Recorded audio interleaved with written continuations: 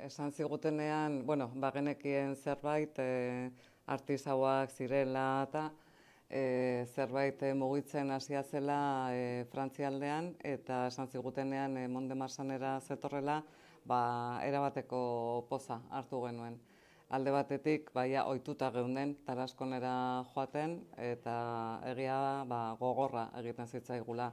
Zen lanean egon eta ostiralean lanetik irten eta 700 kilometro egiteko aruntzaino eguraldi txarrakin, neguan eta abar, eta gero bueltatzeko beste 700 kilometro. Orduan egia da gogorra. Diferencia, pero abismal. Primero la sensación de cercanía, ¿no? Que lo sientes mucho más cerca que cuando estaba a tantos kilómetros, que estaba en Arles. Luego, los viajes, que para nosotros ya, que no somos jovencitos, pues nos suponía mucho esfuerzo.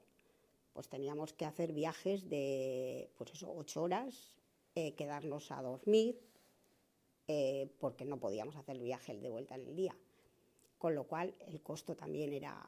Lo demás, las visitas en Arles eran buenas y no teníamos problema para ni vis a vis, o sea que teníamos todo como ahora. Pero claro, el cambio ha supuesto un acercamiento a todos los niveles. Para nosotros es mucho más cómodo ahora poder ir y hacer el viaje en el día. Económicamente no tiene nada que ver el presupuesto que supone un viaje u otro. Y luego, pues eso, que para ellos están igual, pero es que el castigo es para las familias. Lo del alejamiento, que no tiene sentido. Askoz denbora gehiago daukate, edo patiora joateko, kirola egitea, ikasketak ere, beraien artean ere bazkariak egiten dituzte igandetan, eta nik uste denetzako izan dela aurrerapen ona.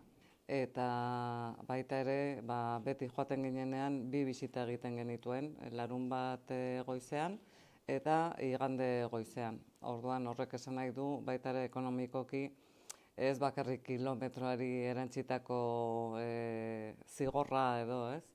Baizik eta ekonomikoki ere hotel hartu behar genuen, naiz eta janaria etxetik eraman askotan 2 egunetarako ez duzu nahiko eta nonbaiten jan behar eta bar.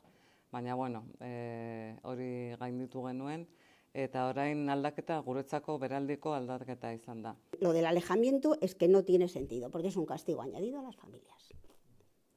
Entonces, pues para nosotros ha supuesto una diferencia, y para él también. Claro, estaba prácticamente solo en Arles, aquí está con otros compañeros.